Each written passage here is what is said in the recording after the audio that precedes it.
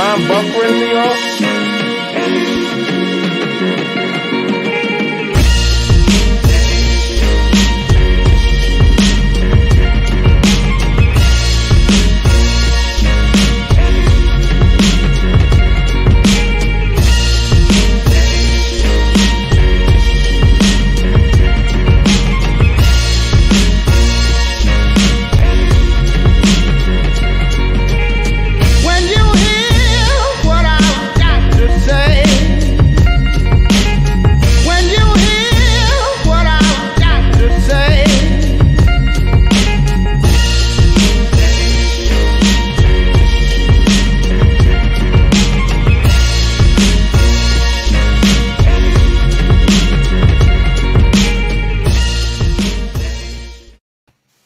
Yes, welcome to No Ideas Original Podcast featuring Shanab, Mr. Rob, and Zane.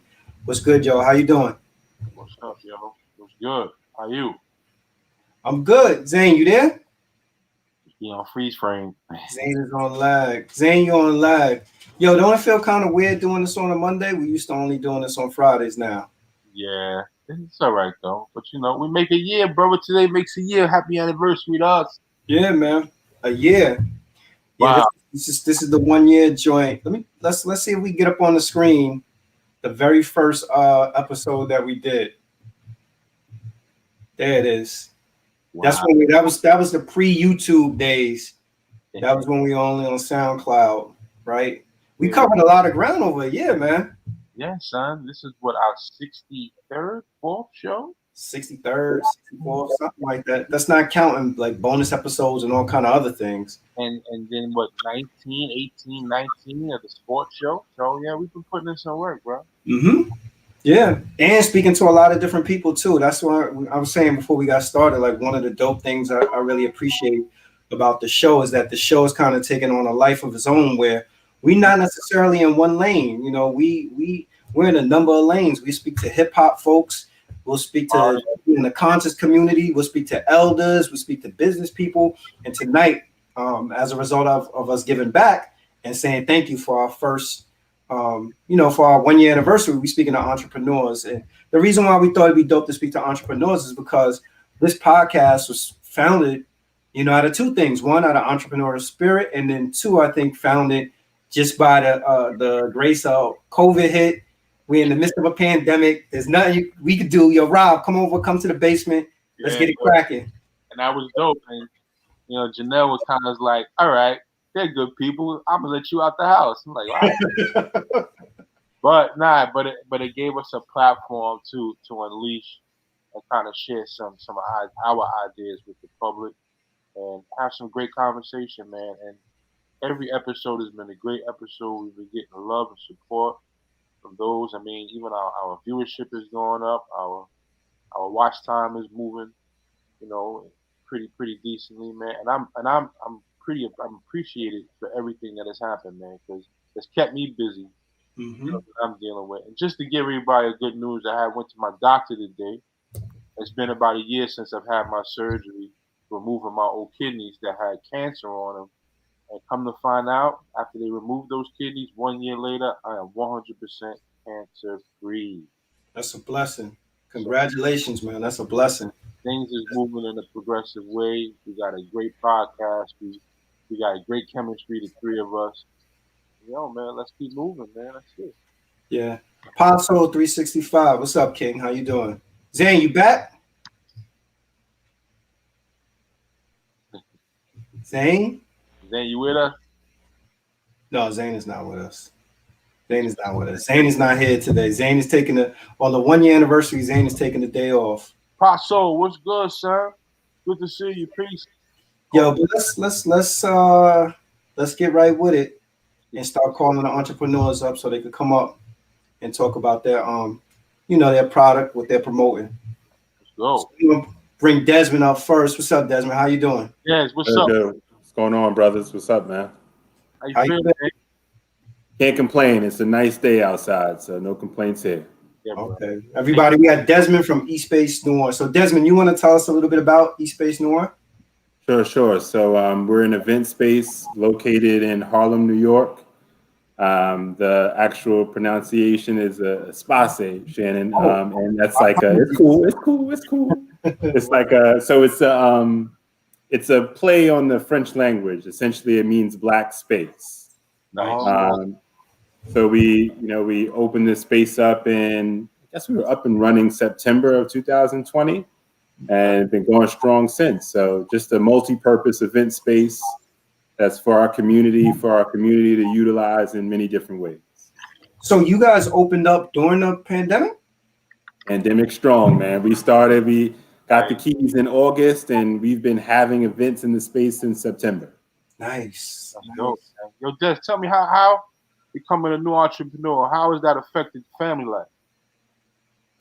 I mean, the family's been rolling right along with us, right? So a lot of what we do is renting out the space. So as I said, for many different types of events, but a lot of events that we do get are dinner parties, birthday dinners, and things of that nature. So we also offer doing decor for those type of events. So, as you guys may know, we have 3 kids, and 2 of which are young twins, and oldest turning 16 in July. We all roll together. Everyone's helping out. Kids are there helping out, blowing up balloons, and the oldest is there helping out, hanging out and helping out. So it's just been a family venture. So it's been great, along with our partner and her family. Her sons come along as well. So it's been great. So where'd the idea come from? So originally it was three friends, and we all just sat down and came up with the idea of an event space. One of our partners, Alexia, she was something that she's wanted to do for quite some time. She's always been in kind of that event world. So just brought the idea to us, and we kind of ran with it. As you mentioned earlier, right? It was middle of the pandemic, and you just kind of, in a way, you're kind of bored. So you're like, all right, let's try something. Let's give it a go. So that's what we did. Can you describe or outline what a typical day is for you? Yeah. So it's 3 partners. So it's me, myself, my wife, and our friend Alexia. And I guess a typical day for the business is clients, first off, us posting things on social media to grab that attention.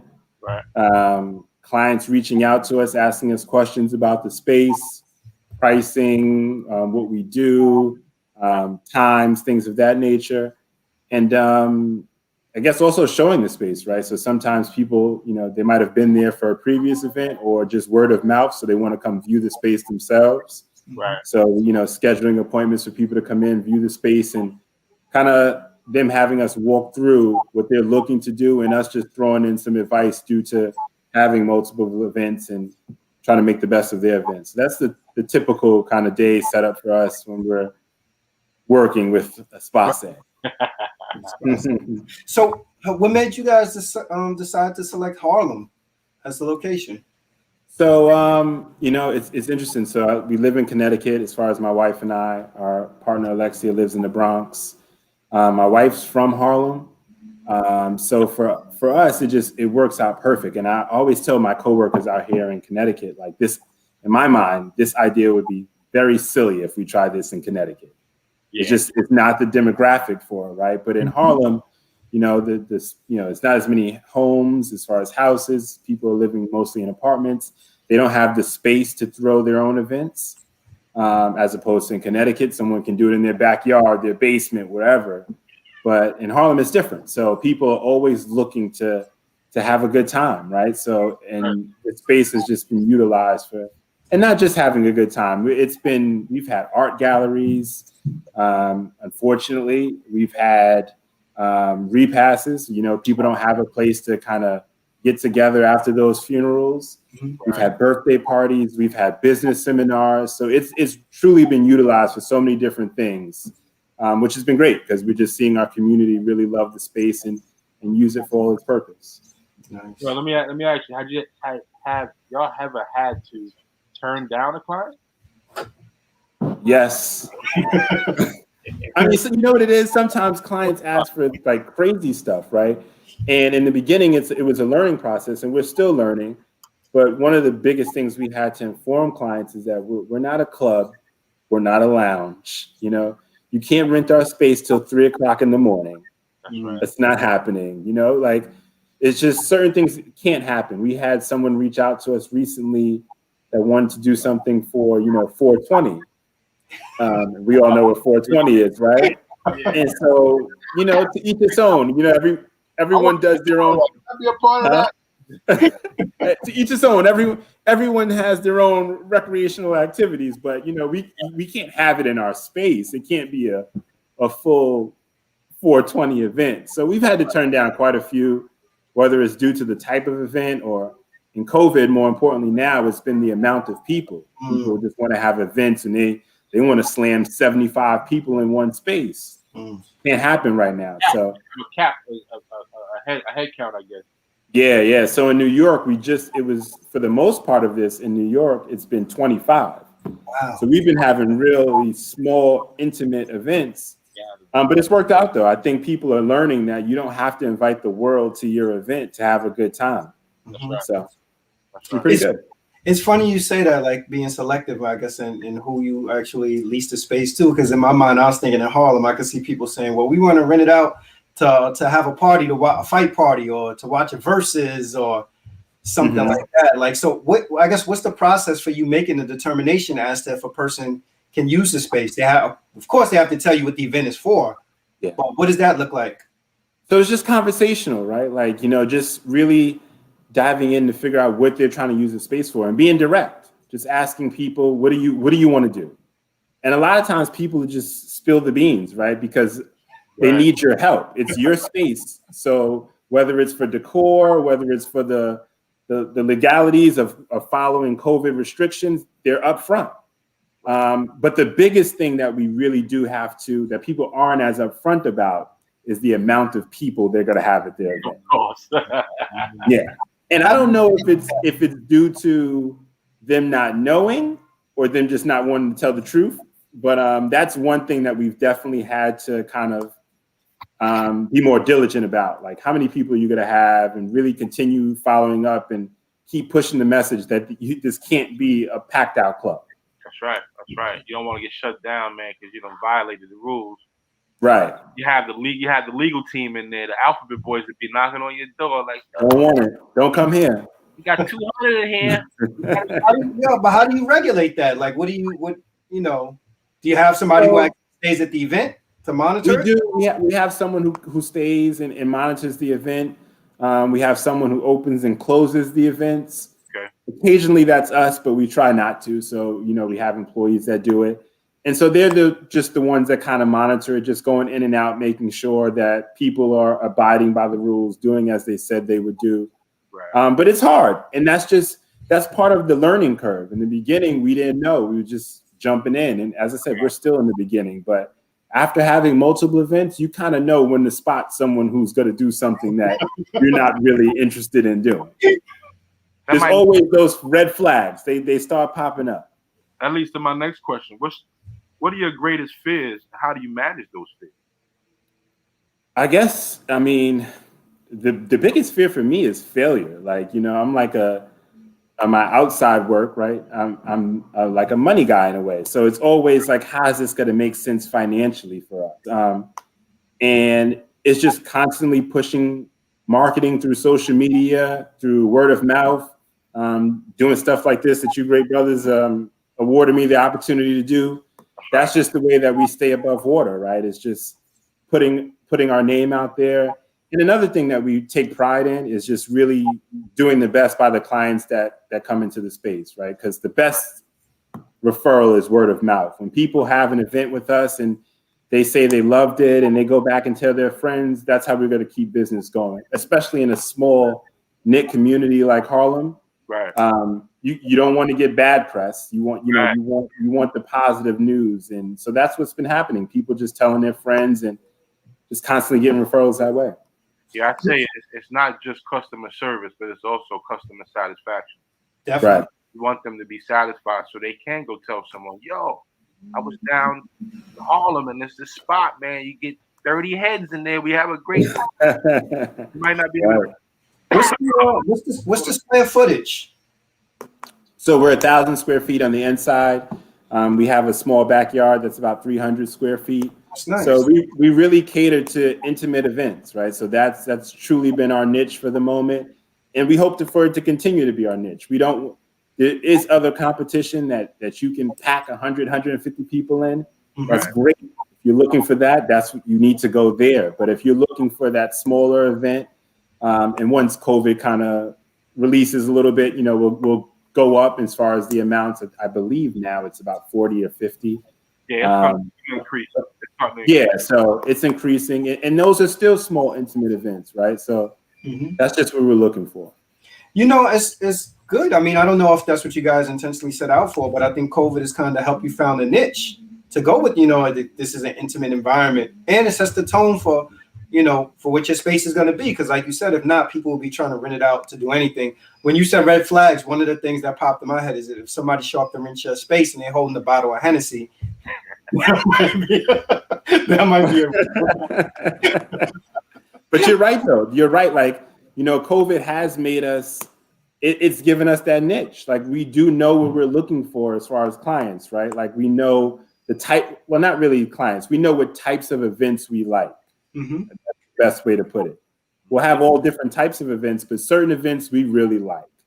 Okay. So, and that's what it's taught us. It's in New York, the time limit was 10 o'clock. So that was a great lesson for us too. Like, 10 o'clock is fine. People of our age range, right? I don't want to be outside till 12, 1 o'clock anyway. Right? I want to be done at 10 and back home by 11 or 12. Right. So that's actually what we've experienced. People of our age range, and they're okay with it ending at 10 o'clock and having their event at a good time, and they had fun. So that COVID has helped us. As bad as COVID is, it's helped us in that way as far as managing our business. Right. Zane said, what are the rates for using the Spa Say Noir? Sure. So as far as weekday rates, it's $200 an hour. In regards to weekend rates, it's $250. Weekdays, we have a minimum mandatory of 2 hours.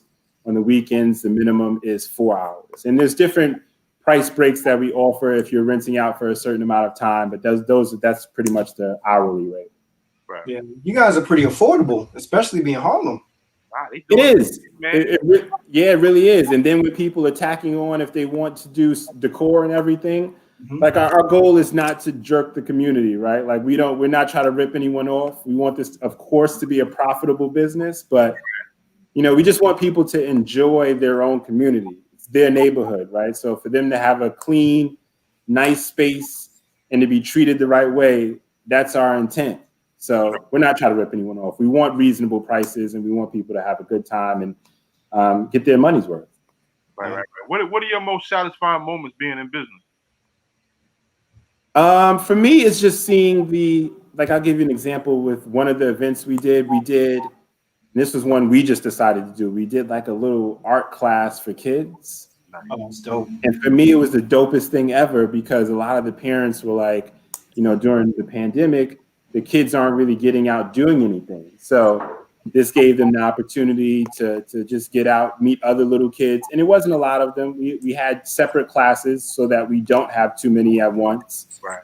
But it was just a good time, like kids drawing and it was kind of like it was a sip and paint, just a kid element. So they had little juice box, potato chips, and stuff like that. And they had their art class. It was so cool. So events like that, seeing an art gallery dead smack in the middle of Harlem and a young artist just starting off doing her thing, and just certain events are just cool to see that you were able to provide a space or an opportunity for someone else to move their business forward. And it brings back that community element too, because we grew up in environments like that where the community center had the painting and the arts and crafts and those type of things, man. That's kind of like a throwback. That was dope, man. I'm glad y'all went through with that, man. Right. Yeah. Let me ask you: is this you and your wife's first business venture? It is. Have you found out that it's a lot more difficult being an entrepreneur than working for somebody else? You work a lot. Definitely is. I found that out. I guess my original intent was to be a lot more hands off. And not to say that certain businesses can't, and not to say that this one can't, but at this moment, it can't. It can't. So that was my biggest lesson, is to know that there is no hands off. We're all in. That's right. That's right. What motivates y'all, man? What keeps y'all motivated? Success, right? Just wanting to see this through. Like, we don't want to fail. Yeah. And so far it's been good. So that's just, and just the lessons for the kids, right? Mentioning we have 3 daughters, right? So for them to be able to see that, you can have your 9 to 5, right? But you can also jump out there and be your own boss, right? You can have the best of both worlds in regards to that. So a lot of things that we do are lessons for them, so that they can see the positive things that we're doing, and they can take from that and kind of move forward with it. Well, Des, we got your social media on the screen, but go ahead and plug if you want to give the address, your number. Yeah, for sure. So our Instagram is what you guys have at Espace Noir NYC. Our email, ESPACENOIR.NYC@gmail. So you can always reach out to us by email if you're looking to view the space or have any questions. And you can also reach out, number 347-367-4432. So those are all the different ways that people typically contact us, whether through Instagram, direct phone call, or just hitting us up on the email. You can do all 3. So feel free. Well, Des, we appreciate you dropping in the plug Espace Noir. I appreciate you, brothers, and happy anniversary. Thank you, bro. Good to see you. All right, guys. Yeah, that's dope. Yo, you gotta tip your cap to anybody that start a business. Yo, and the pandemic. Yeah. Keeping out on faith, man. They've been doing pretty well, man. I remember when they first said, "Yo, we about to jump out there." I'm like, "Word?" He's like, "Yeah, we about to jump out there, man." So shout out to them, especially in Harlem, where it could be crazy down there. Yeah. Yo, you know what was cool about it though? Like, look at how taking something as horrible as the pandemic and as negative as COVID, and using that kind of to be able to build your niche and got it. Like what he's saying is true. A lot of people realized during the height of COVID, like, you know what, I don't need to be out till 1 or 2 in the morning to have a great time. There's no reason why I can't have a nice event during the day with a limited amount of people and have the same amount of success, and probably help to breed a more professional environment, a professional crowd. So and it was dope that they had that little segment with the kids and the art, doing the art thing or whatever. Man, come on, man. That's a win-win right there, man. Yo, let's bring Fragrant body oils in. What's up, brother? How you doing? Hey, what's going on, y'all? What's up? Hey, you come over. The weather's nice, I see. Yeah. I'm in Florida. I'm in Jacksonville, Florida. You in? Jacksonville. Nice. Yeah. What's up, Sean? How you doing, What's bro? up, man? How you? Hey, man, congratulations, man. I be praying for you, brother. I'm glad to hear the good news, man. I really am. That it touched my heart, man. You're a good brother, man. I'm glad it's working out, man. And congratulations on the show, man. Yeah, man. Anniversary show, and the kidney situation, man. I come from good stock, man. We come from Word up. Man. We Word up. How to stand up and do things for ourselves. So Word up. And I got 2 calendars. Oh, nice. You're a real one. Yeah, I got 2 calendars. That's how it works. I got 3. I bought 3. I gave one of my peoples. Yeah. You're a real one. So tell us about Fragrant body oils. How'd you get started, and when did you get started? So I started with 2 other brothers in 2000 and I think it's what year we? I think 2005. I think or 2008, something like that. But anyway, I mean, to condense a long story, being up in New York, it's oils everywhere. I came down south. I was trying to buy oils. People was like, "Well, we got Egyptian musk. That's it." So essentially, one of my friends, I'm not even going. I can't front. One of my friends was like, "Yo, we need to sell oils." So it started from there, just kind of doing the research, buying from up top, coming down, selling them, opening up flea markets. We kind of disbanded, but I kind of kept it going. Eventually getting in malls. I'm a tech person. You know what I'm saying? I love technology. So I was an early adopter to eBay. So once I started selling on eBay, I was like, wait a second. They give me the money first, then I send them the oils? It was like, okay, this is a no-brainer. And I send it everywhere. So when I started seeing the sales creep up, excuse me, I actually closed my flea market spot and just focused on that.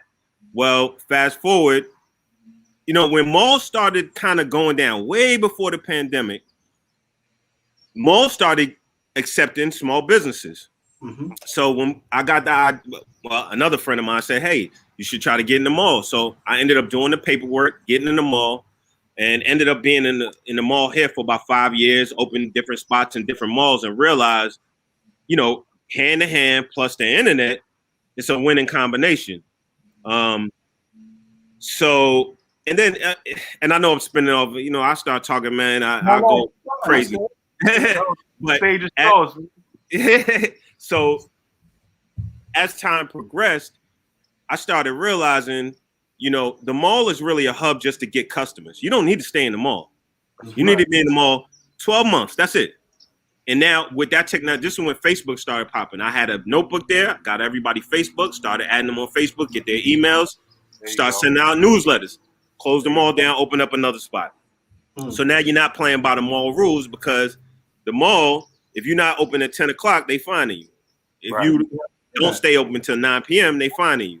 If somebody's not at your store or the cart or something happens, they're fining you. So, so fast forward again, a lot of this industry, the bigger industry, is controlled by Arabs, right? Right. That's right. So they do a lot of the manufacturing. Mm-hmm. So within the last 4 years, I was able to get to the place where I could manufacture my own. So now we've carved out a nice niche where we're in our own lane. And I could say that not bragging, but we are a company that has our own fragrances. So when you get our fragrances, so for instance, we'll release a fragrance that nobody else in the world has released in the oil form. So it makes us unique to the business. You know what I'm saying? So I'm not going to call any fragrances names, but let's say we had No Idea Original, original fragrance, but let's just say it's a bigger brand name. Right. But so if somebody Googles that in body oil, we're the only ones that come up. See what I'm saying? So when you start getting 100, 200 fragrances like that, even if only 100 people in 1 year look for this one fragrance and we're the only ones that have it, we have 100 customers from that one fragrance. Yeah. You see what I'm saying? Yeah. So I've been fortunate, man. I've been really fortunate. It took a long time to get to this place. I was a guidance counselor for 12 years here in Jacksonville while I was building the business. Mm-hmm. Like the brother said right before this, like when you start talking about hands off, I'm just now getting to the place where it's more hands off, not hands off, but more than before. You know what I'm saying? Because it's still, once you get to the place where at first, when you're in the business, you the running back, you the quarterback, you calling the plays, you do the grounds, you know what I'm saying? You take the score, you do everything. Right. Now I get to the sideline. Now I'm calling the plays for my manager, like, yo, call this play. Mm-hmm. And just kind of, surround yourself with a team. And when I say surround, I mean cultivate, because everybody that works or is a team member in FBO, we've cultivated a relationship with their family. They're not workers. Like, you know what I'm saying? When they text me late and something's going wrong, it's my family. I'm like, damn, I gotta help them. You know what I'm saying? There's a question coming from the chat. Z Henderson is asking, how many oils or fragrances are available?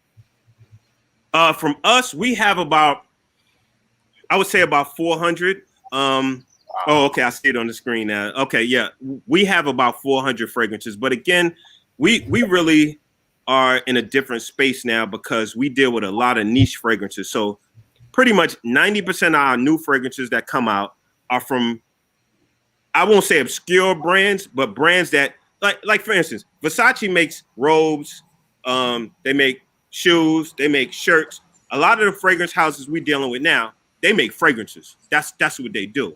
Right. You know what I'm saying? So while people think Ralph and Versace and Creed, these, like, those are the real fragrance house, they're really not. That you have these another lane. And what happens is, especially in our community, we catch on to these things later. We can front all we want, but a lot of the fragrances people ask me for now, people ask for Creed a lot now. I've been carrying Creed for 11 years. It's nothing new, and it's not it's not out the realm for us now. Now I'm like, yo, you need to get on this MFK. You need to get on this Parfums de Marley. You know what I'm saying? On the next level, where when you go somewhere, you truly smell like an original. You know what I'm saying? We don't want to go outside. Everybody smell like Sauvage. Everybody. Yeah. You know what I'm saying? Homeless people smell like Sauvage now at this point.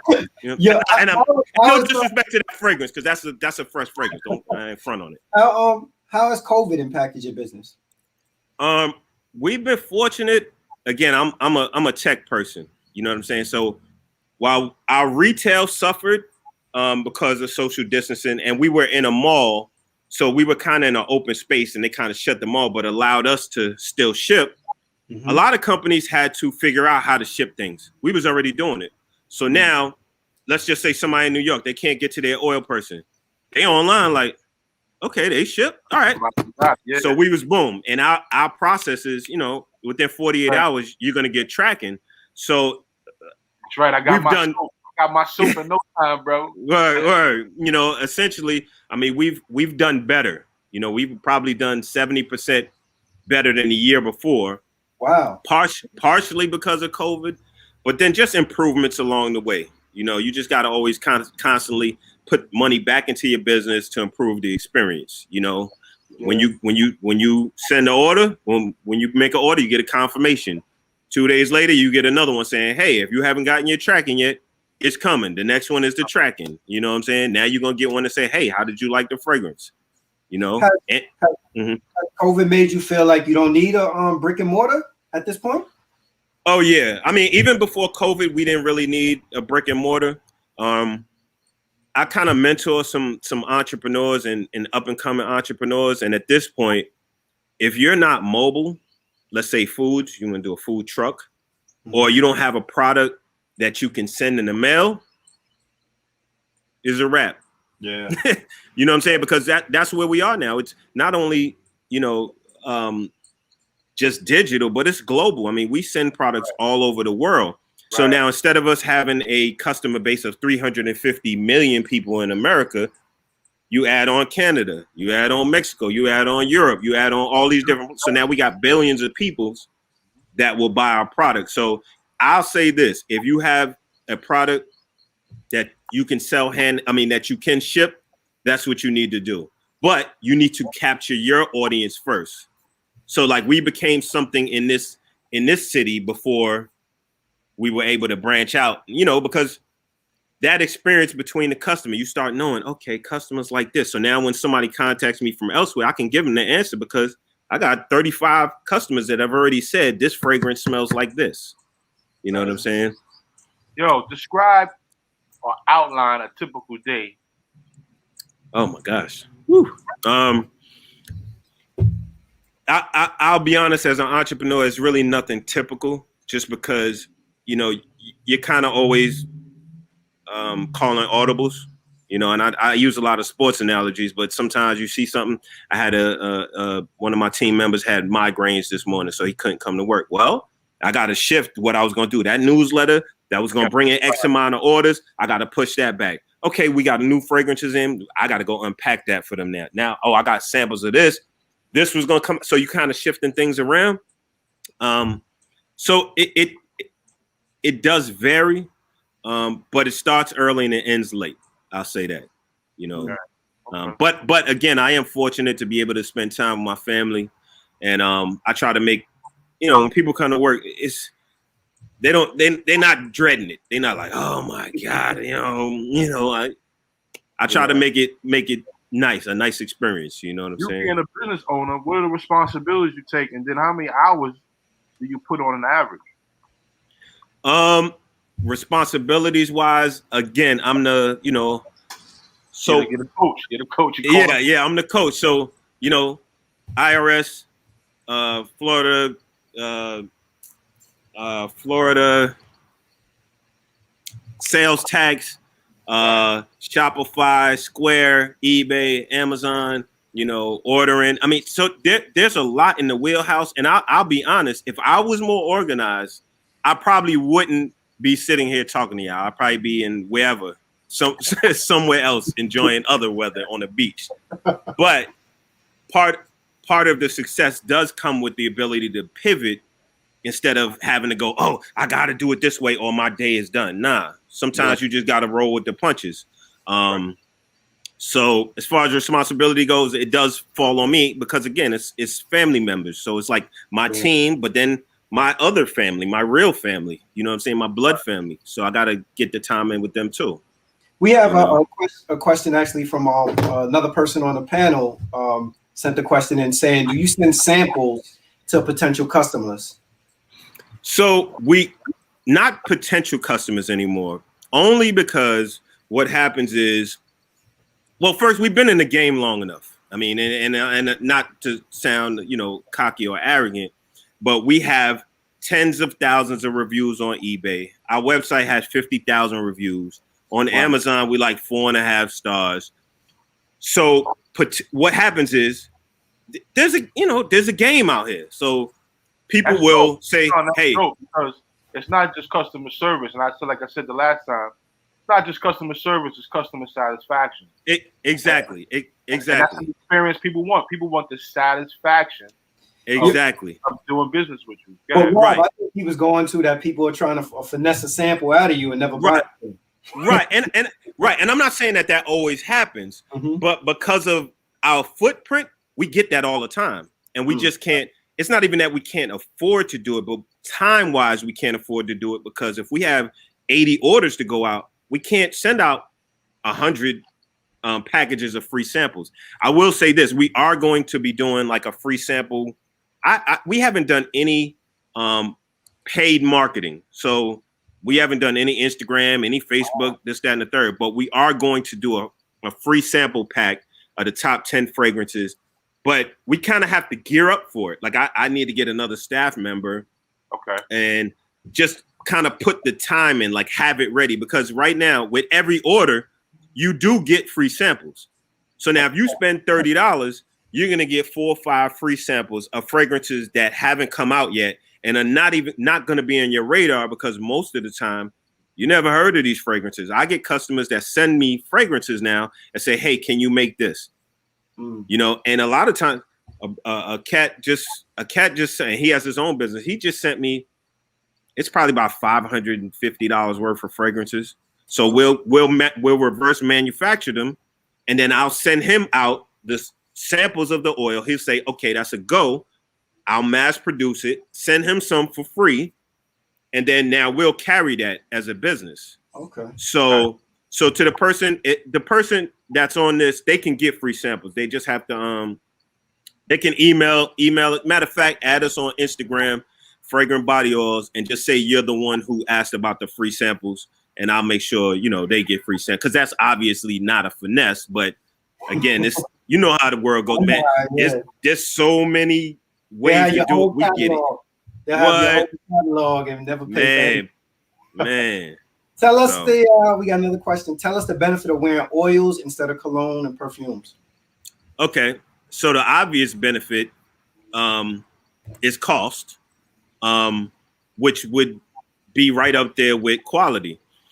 Most of the time, people don't realize these companies that you trust, they finessing you. Like they are putting. Okay, so I tell people all the time the fragrance industry is similar to the movie popcorn industry. How much popcorn could you buy for $8? If you was in, you could buy a truckload of popcorn for $8. But when you go to the movies, they give you a medium. You don't even get the large for $8. So at this point, fragrance game is the same way. I was just about to say another name, but these high-end companies, they'll give you small amounts of fragrance oil because that's all cologne and perfumes are. They're fragrance oils. Oils last longer, man. Right. So again, quality, cost, and it's better for your skin because you're just putting alcohol on your skin. Essentially, 95% of what you spray on is alcohol. You might get 5% fragrance. Wow. So, and the game has changed because of, again, technology. So back in the days, you couldn't afford to dupe fragrances, but now companies have these machines that they have. I won't go into it, but they have machines that reverse engineer the fragrance. So it's cost effective now. You know what I'm saying? Yeah. JS Self Care also says, I make body butter and I'd like to stop buying from our Arabs in Brooklyn. Okay. Yeah, just hit me up on Fragrant Body Oils on Instagram. The body butters, that's a nice place to be too. We do shea butters. We do a deodorized shea butter that we mix with fragrance, but we don't necessarily do the whipped because again, that's time sensitive. So we don't have, we just don't have the time to make certain products. We already carry lotion, shower gel, shea butters, cologne sprays. Right. Soap is good. Soap, son. yeah, the soaps. Shine a little bit. Yeah. What's the most satisfying moment in business for you? Man, there's so many. Give me but two. I really like the fact that at this point, I've gotten to the point where I can talk to my family a certain way and can tell people, yo, y'all are good. Y'all don't have to worry about it. Rob, my mom's, I tell her, yo, you can put your feet up. You don't have to worry. You know what I'm saying? So, and my son, the conversation I have with my son, I just had it with him, I think maybe a week ago. I said, yo, all you got to do is stay off drugs, work hard, and you don't got to work for nobody the rest of your life. You can work for yourself from 12 to infinity. Yeah, that's true. You know what I'm saying? He don't have to struggle in that sense. Yeah, he don't have to struggle in that sense because once you get a business mind, man, and God forbid something happened with my oil business. I got 3-4 other businesses I already know to work. I don't have the time to do it. But when your mind starts thinking in that kind of way, you start seeing things differently. Just like a boxer. When a boxer's boxing, he sees stuff different than regular people. You know what I'm saying? Because he's done it so much. So now I see how money is attracted to you solving people problems. You know what I'm saying? So when you solving people problems, you can make money off of that. And and it's an honest way. I know people don't like salespeople, and I'm not a salesperson per se, but if you need something, I can get it for you with a smile. That's what I'm saying. That's the service. When you can provide a service that quantifies and gives people that satisfaction, they coming back. Yeah. Tell us how much the barbershops and salons been as a supportive factor. Have you got some barbershops and salons? Yeah, so we do a lot of wholesaling too. So like we have packages where we'll do 100 roll-ons, and then we'll put your information on the bottle and you just throw it up in your barbershop or your salon. So we got a lot of those people. Early on, when I was really having to get out there and pound the pavement, I was going barbershop to salon and going in there, talking to them, giving them free samples, saying, hey, we could do X, Y, Z. But I'll be honest, the barbershop business, there's a missing piece. Like the refinement of barbershop business is missing in Black barbershops. Not all, but at this point, why don't we have why is there not a nationwide chain of barbershops?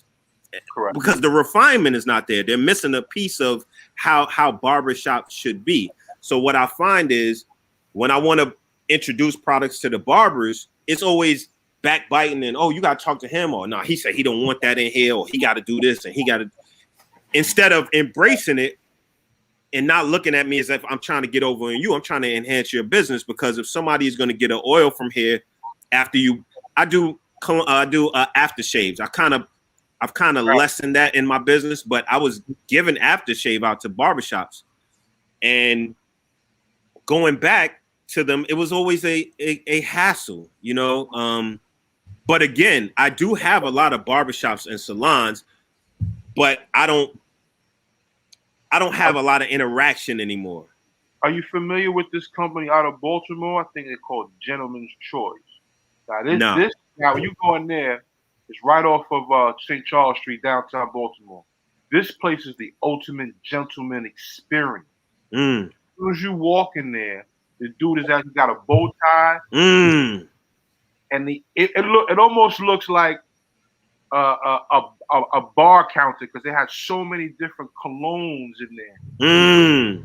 He squirts you on your wrist, right? He sends you upstairs to get cleaned up. They put the hot rag on your face. Yeah. They clean you up nice. Then you come back down.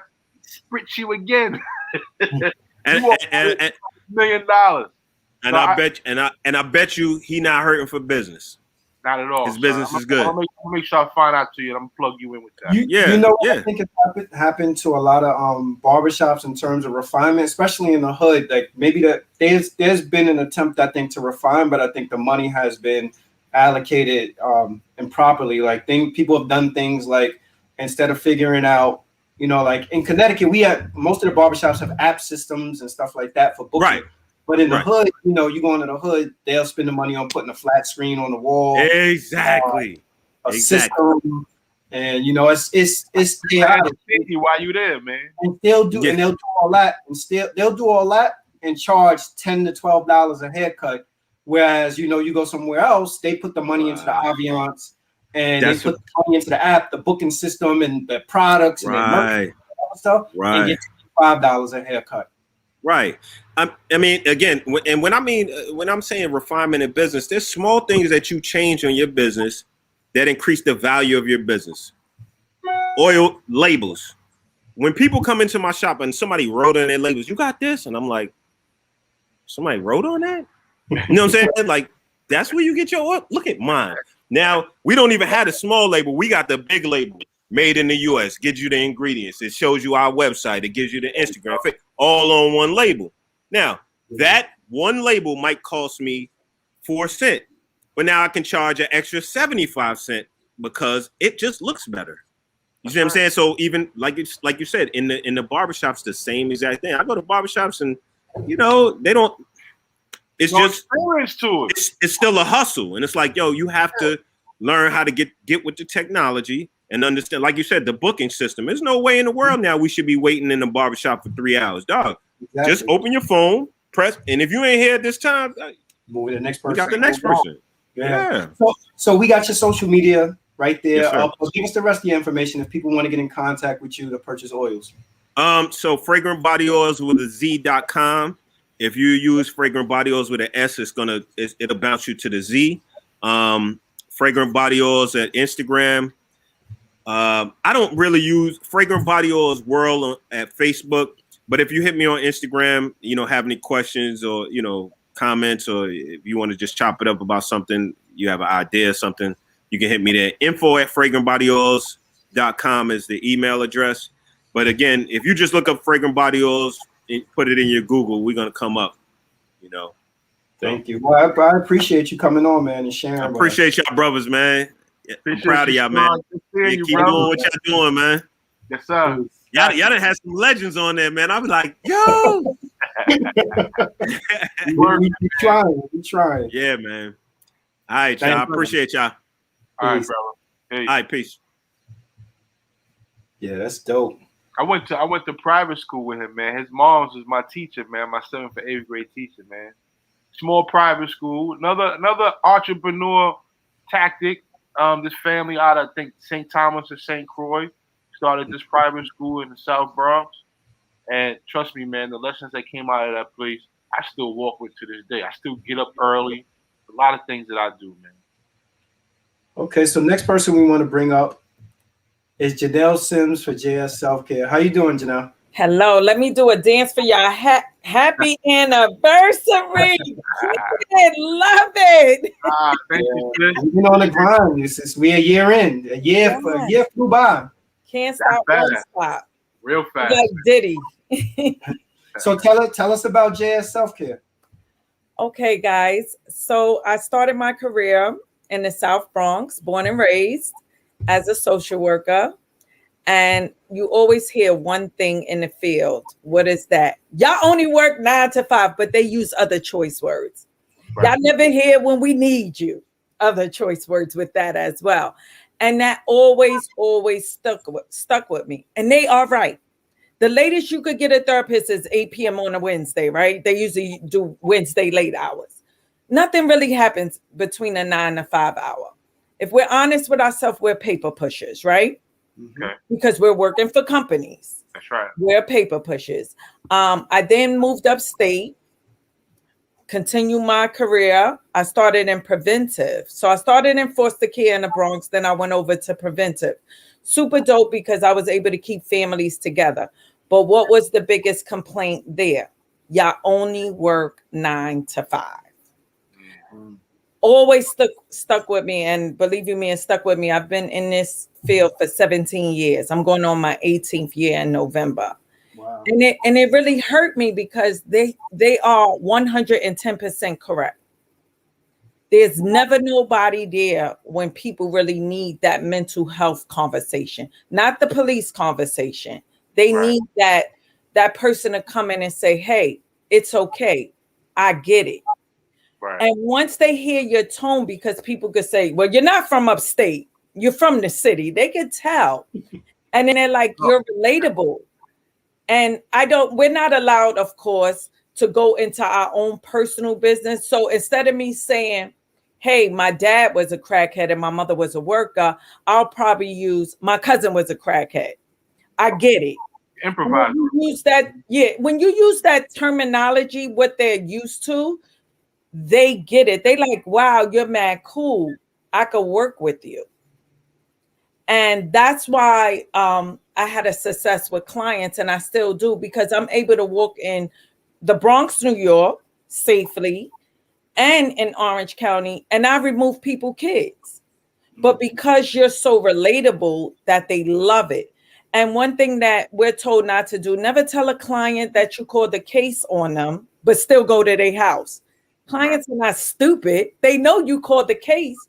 So before I leave a home, I'll be like, look, I got to call this in. I'm a mandated reporter, but I'm going to sit here. I'm going to call you in, but I'm also going to walk you through this call in. You're not going to ever be alone without your caseworker. Clients love that. I told my mom, so let me just fast forward. That's the career part. I still work my 9 to 5. I told my mom, she died 2 years ago, but I said, Mom, I'm going to go live on Facebook. Now, mind you, Facebook is only the people I know from 168th and Boston Road and people I encountered. That's all my Facebook friends. And I said, I'm going to go on Facebook and Instagram. I couldn't get Instagram to work, so I went on Facebook. Technology, we OLD. I'll tell a person that in a minute. I don't know this stuff. I grew up with pay phones, okay, and Nintendo. So went on live, and mind you, like I said, these are only hood people that I grew up with. What was one of the comments? The hood needed this. Mm-hmm. So I remember telling my mom, and of course I got that mother, like, whatever you want to do, you want to sell lollipops outside, I'm going to support you. I had that supportive mom. Anything we wanted to do, she always had our backs. And I went live, and it was so weird. It was like 397 people liking it, but all people I know. It's not strangers or anything. And that comment, the hood needed this. That's all I needed to hear. And it was about self-love. Nothing more. Was I walking the walk of self-love and self-care when I first started? Absolutely not. I still lived a reckless life and still a social worker. And when I say reckless, not really out in the street, but my behaviors didn't align with self-care. Right. So I was still on my personal pages, and then you get, Janelle, you got to turn this into a business. And I'm like, what? I'm just being real. And then I offended a few people when I told them self-care is not getting your hair and nails done and feeling broken when you leave. Talk about it, man. Self-care. That's a dope way. You gotta let people know the truth, because people start to feel like their outer appearance is more important than their inner spirit. Mm-hmm. Yeah. All day, man. It's your mind that creates all the things outside anyway. So why aren't you taking care of your mind first, and then taking care of your skin, your face, your body, your looks afterwards? Mm-hmm. Yeah. Thank you. And that's what I said. And it offended a lot of people. And was I raised to believe that was self-care? Yeah. My parents, aunts, go do self-care. Go to the salon. Guys, go to the barbershop. So we looking amazing and feeling like a piece of crap on the inside. Mm. So I reversed it. And if it offends anyone, I'm not sorry. But when you work on yourself from the inside to the outside, you wouldn't care if you got on eyelashes and walking around in the supermarket looking like Barbie dolls. Because now when I walk in the supermarket, I'm like, where's Ken? Where's Ken? I mean, people are waking up 8 o'clock in the morning to mask themselves. That's a mask. Mm. And Talk about I gotta be truthful with myself. I wanted to wear tight jeans, my shirt halfway open to show my cleavage because I didn't love myself. But I was looking for that attention when Right. I'm at the club, when I'm at the bars. Oh, he liked me. He liked me. Not to say I took any of them home, but that's the image that we gave you guys so that you guys could say, hey, look at that fine girl. No matter what I don't care if she Right. went to college. I don't Right. care if she went to college. She could have went to the 5th grade. Look at her body. And that was what I was giving off. Let me And ask you this, sis. sure. What describe a typical day in your world? Okay, in my 9 to 5 world, we could get a case for trauma, a whole bunch of traumas, neglect, physical abuse, and sexual abuse. That's a day. That's a 9 to 5 day. So I'm being traumatized at work because of viewing those traumatic events for each family. That's a typical 9 to 5 day. As a self-care life coach, what I became is it's a life of helping people at that 10 o'clock hour. It's a beautiful life at the 10 o'clock hour. But during the day, and I'm not ready to quit. I love what I do, and it keeps me in the mix, and I get free Right. trainings. They pay for your training, so it's super Right. good. Because I was going to ask you. My second question was going to ask you, what keeps you motivated? I truly love what I do. When I see the smiles on my client's face, that they know that they're here, but they're going to get there. And that's the goal that you want to leave a person with. You may be here. You may not have no food. Your kids are all out cursing you out. We get those, the kids ain't listening. They out there selling drugs, all those things. But guess what? We're going to get them together. Yeah. And how you get a teenager together is my brother was murdered. But of course, I don't say my brother. My cousin was murdered. His body was left where his parents couldn't find him in Baltimore, Maryland. So they hid his body in a park. So how do you be relatable to that teenager? Let me tell you something. This is what can happen. You're getting money, you looking fly, Jordan ain't paying you no mind because you buying all his sneakers. He don't even know you, but this could be the end result. And now when the kids, they may not stop selling drugs and stuff, but when I walk in those buildings, they go, hey, sis, let her buy. Make sure nothing happened to her. Because I had a conversation with them and I told them this is where it could go. That doesn't mean that I can make you change your life, but I know something I said impacted your life. Yo, you're a source of hope, man. That's what's dope. I think, one of the things that that always stands out to me is like where we come from. We've all been subjected to PTSD. Just growing up in the hood, the things that we've seen and we've experienced are things that kids probably shouldn't experience. And sadly, I think we've become numb to it. One of the transitions that I had to make when I first moved out to the suburbs was probably being like a little bit more trusting of the people around. The people we grew up with, our parents, they're like, yo, you going to your friend's house? Who's the friend? I got to meet the parent. I need to see this. I need to see that. And it's that. And then, I spent some time working in foster care also and in preventive care. So, you add that to the mix and you start talking about SCR clearances and checking people's backgrounds and all that, but the reality of it is like, that's not normal. That's not normal. So how do you get clients to sort of separate themselves from the trauma that they've experienced so they can live a fruitful life without all that stress and having to be overly hyper vigilant? What you do is you have to, it's the conversation. I'm going to tell you. When you say, yo, check this out, I'm going to keep it 100, that's their language. You cannot go there and say the psychology book said, well, B.F. Skinner said this was going to happen. In the ego, they looking at us like we got 20 heads. What? But when you speak their language, and that's the thing. And I always tell people, get a therapist that look like you. Get a therapist that's somewhere from where you're from, because I would not be relatable to someone who lives in Beverly Hills. I would love their money coming in because you're looking at like $1,500 an hour for a coach, but I'm not relatable to their stuff. They crying because they didn't get a pocketbook, and we crying because we on a free cheese line. You see the difference? Yeah. Wow. So It's a difference from where we love that free cheese. That macaroni and cheese was slamming them cheeseburgers, and they looking at us like that. So when you think of things like that, you got to go to where your client is. Your client don't meet you where you're at. And everybody in the work world has that mentality. Your client, your customer, you got to meet them where they at. You want them to purchase your product. You want them to trust in you as a life coach. You want them to know that you know what you're talking about. But you got to meet them where they at. And that is the only key that can get clients to move and shake. They're not going to shake and move. What are some of the things that people come to you for in terms of coaching? Like, what are they, a career? What? A lot of it, I am a life coach and I coach you from where you're at.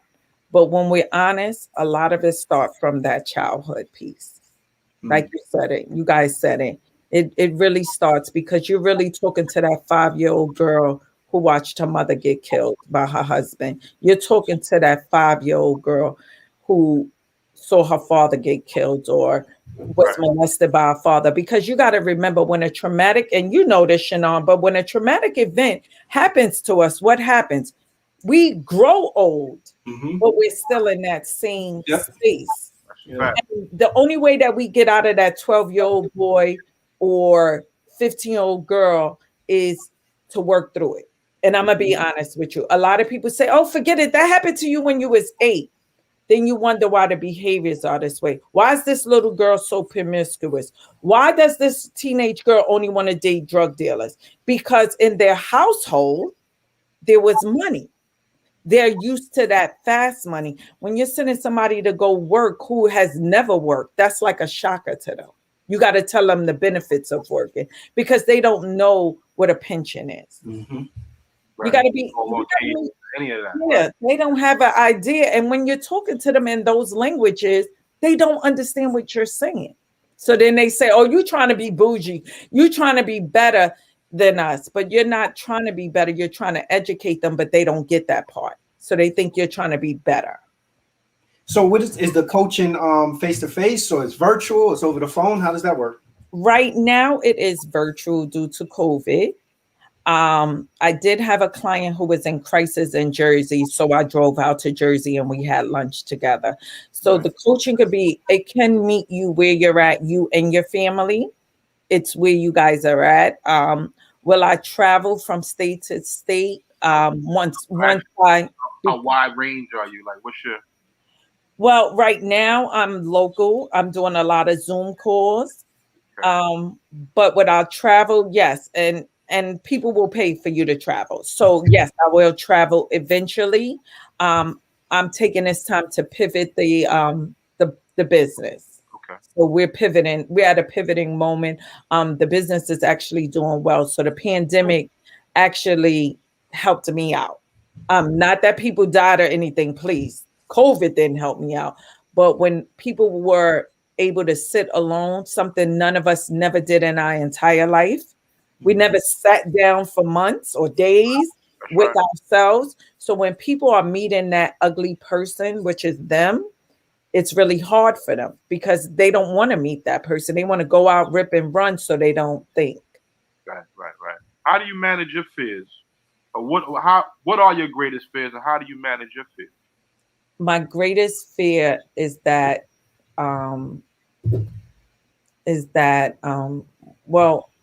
I've been through death on the other side at the 9 to 5, but my greatest fear is one of these clients committing suicide. Wow. And that is because I will do everything. I'm a mandated reporter. I'm gonna call the suicide hotline, all of that stuff. But being that nobody's talking about suicide, and we all know if you go to statistics, it has gone up drastically. In all facets, all areas, man. Yes, babies, children. And they're not talking about it in the media. Nope. But when I wake up and I don't see a client post on Instagram for 2 days, I'm telling you, automatically that fear is there. Wow. Hey, how you doing? You good? You okay? On my 9 to 5, my biggest fear is losing a client to the opiate addiction, the overdose, and the PCP. Yeah. Because I don't know how PCP came back, but it's back with a vengeance. Them opioids though up in Orange, because Orange is royal, like rural. That meth up there. Yeah, the crystal meth. Yeah. We have a lot of crystal meth houses, so you don't know if you're gonna go in a house and they're gonna light a match and then you're gonna blow up because they're cooking the stuff in their homes upstate. So those are the fears, but I'm a believer of God. I know God would not put nobody on the list. But I just, my biggest thing, I'm gonna be honest with you, get somebody to talk to. A therapist, a life coach, I don't care who it is. Right. Get somebody to talk to. You cannot do this alone. Not in the way the world is going right now. You can't. I can't. I have a therapist. And if you're meeting with a therapist who doesn't have a therapist, you need to question that. And the reason why you should ask your therapist, do they have a therapist, is because what are they doing to unpack all the stuff that they're getting? Mm-hmm. So I unpack all my stuff that I'm getting. Zane said, being an entrepreneur, what was some of the best advice you received in relation to the mental health industry? The best advice is don't stop. That it don't pay much? Oh, yeah. You always hear that. Yeah, we make pennies to a dollar. There's no money in this field. You have to have a passion for this field. I do not suggest anyone to go to school to just get out of school and want to go out and help people, because you're not helping them, you're hurting them. So the best advice is, if you're not ready to sit at this type of table, don't sit at it because you saw it on Google or you saw somebody doing it. Right. Because you will hurt our clients. And there's many people that I train, and they're at a client's home. I'm talking to the client, trying to teach them. And these social workers are saying, well, the book said, I'm like, they don't know nothing about that book. Shut. Don't tell them you got a book, because now they thinking you're writing a book about them. And that's because they saw something to attract them to help people. Mm-hmm. You really got to be in the trenches. And the ones that I say out in the trenches is us who grew up in Harlem, us who grew up in the Bronx, us who grew experienced some kind of hurt. Yeah. We remember when there was only one black van to pick up bodies. So how many bodies was just laying on our blocks while we sitting there eating Chinese food? And that's one of the slogans that I use. I could see a dead body and eat Chinese food because that happened in my life. It was white sheets everywhere. That's what we saw. Mm-hmm. We saw people brains because they didn't take the white sheet and cover it all. Right. Yeah. Right. Yeah. But let me ask you, how do you define success? Well, in my field, I define success not monetary. I find success in seeing those clients pivot. And they do. They really do. Okay. They may go small steps that people judge, but don't judge. If a client is home receiving DSS funding and they go get a job at McDonald's, act like a cheerleader and praise them.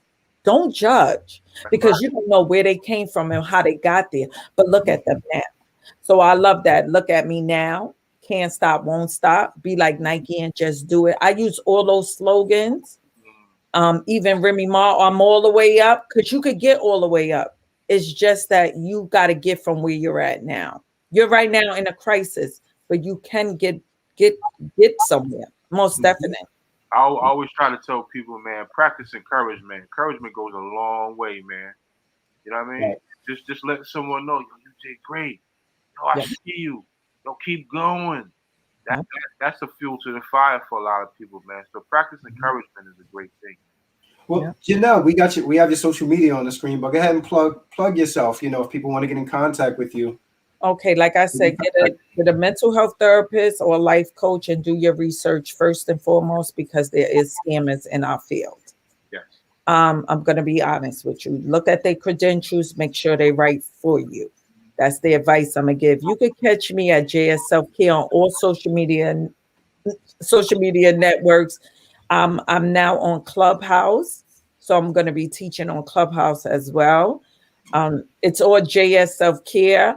The address to my business is, you Google JS Self Care. It's my home. I have a room in my home, which I created as an office space. Nice. So, my phone number is 917-449-4042. I never changed my number from the Bronx. That's an old number. And I said, look, that's going to be the business number. I'm not about to remember all these numbers. I'm not about to remember all these numbers. I've been in business 2 years and never had one crane caller. So they know that this is real. They know where I'm from. They know that if they want to contact that they can day or night. My business is 24 hours and I'm a one-man show until I get my building. Right. Nice. There you go. Hey, you're gonna get that building too, yo. That's right. Thank you, Janelle. Thanks for pulling up on us. Appreciate it. Thank you so much. All right. Have a good evening. Okay. You guys too, and enjoy yourself. Oh man, so there you have it. 3 entrepreneurs. Serious out here, bro. Come on, plug their products. You know, we have fragrance, we have space, and we have self-care. You can't beat that. Right. Yo, so I'm excited about what the next year holds, man. Like I look at the archives, we covered a lot in a year. A lot in the year, man. Every Friday or every Monday, every other. We were steady going, man. And like I said, man, let's just keep going forward. Let's change the narrative. It doesn't have to be all music. It could be an entrepreneur. It could be an artist. It could be a teacher. It could be a psychiatrist. It could be someone out here just helping people in the street. Everybody has a story, man, and it needs to be told. So check us out, man. Here we are, No Ideas Original, 1 year in. So a couple of things we got coming up for this week. Wednesday, we got Tragedy Gaddafi, 9 p.m. Right. 9 p.m. Wednesday. We got an interview we're going to be actually recording and airing at a later date with his artist G Stats. Then Friday, we got the founder of Genius. For those who don't know what Genius is the app that allows you to see all of the lyrics for the songs that everybody likes. Yeah. Then as of April 5th, we got producer Ayatollah. So we got a lot of things lined up. Also, looking at web designers to see about possibly starting up the website. Some new merch. Right. We got some coming soon too. So we I was about to plug myself, but not yet. Nah, go ahead. You could go ahead. Yeah, I'm the designer of the new merch that came out. I got some ideas I'm throwing out there. Shout out to LT Harris for putting her little spin on it too, man. She's the one that's producing the shirts, man. Yeah, I hear you back there. Look, man, I got some great thoughts. I'm a guy with slogans and little sayings and all that. So be on the lookout for some stuff, man. There you have it. Zane, where you at? Zane, you out there, bro? Zane, where you at? Well, thank you everybody for tuning in. I'm saying good night for Zane also. We'll catch you on Wednesday. Peace, everybody. Peace.